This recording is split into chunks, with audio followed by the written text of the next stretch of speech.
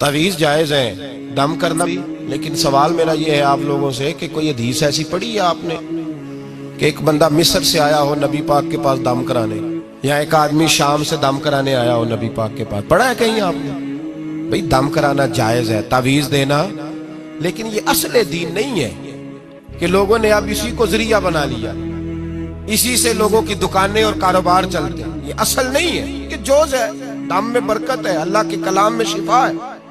मा हुआ शिफा व रहमतुल लिल मोमिनीन, इसके अंदर अल्लाह ने शिफा रखी है, लेकिन ये असल नहीं। असल रसूलुल्लाह का दीन है। आला हजरत रहमतुल्लाह अलैह के पास एक मुरीद आ गया।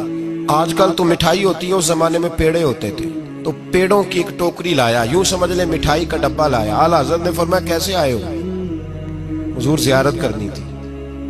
फरमाया कोई हुक्म मेरे लिए?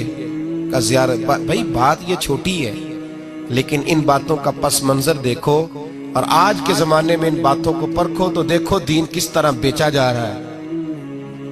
मिठाई का डब्बा लाया है, क्या हुक्म था? का ज़ियारत करनी थी। कोई बात तो बताओ, का ज़ियारत करनी थी। आला हजरत ने ना वो मिठाई का डब्बा तालिब इल्म को कहा पेड़े जाओ घर दे आओ। वो घर दे आया तो थोड़ी देर के बाद मुरीद कहने लगा हुजूर एक तावीज़ भी चाहिए था। फरमाया फकीर ने तो 2-3 दफा पूछा कोई हुक्म है, तो आपने कहा सिर्फ ज़ियारत। अच्छा तावीज़ भी चाहिए? कागज कलम मंगाया, तावीज़ लिखने लगे और तालिब इल्म से कहा वो डब्बा तो ले आओ घर से मिठाई का। वो बच्चा अंदर से क्या डब्बा लाया। ओ भाई ये वो लोग थे जो फिर हक कहा करते थे, इसलिए कि दौलत असर अंदाज नहीं होती थी। ये मुरीद को इसलिए डांट लेते थे कि इनकी नजर मुरीद की जेब पर नहीं होती थी। ये इसलिए उसको सख्ती करते थे कि इन्हें ये नहीं था कि भाग गया तो रोजी रोटी कैसे चलेगी। कहा आला हजरत फाजिल डब्बा लाओ, तो वो घर से डब्बा मिठाई का उठा लाए। आला हजरत ने तावीज़ भी दिया। वो कहता है जब डब्बा आया ना तो आला हजरत ने हुक्म दिया ना डब्बा भी मंगाओ। अब उन लफ्जों में जलाल इतना था कि मैं घबरा गया, पता नहीं अब क्या बनेगा।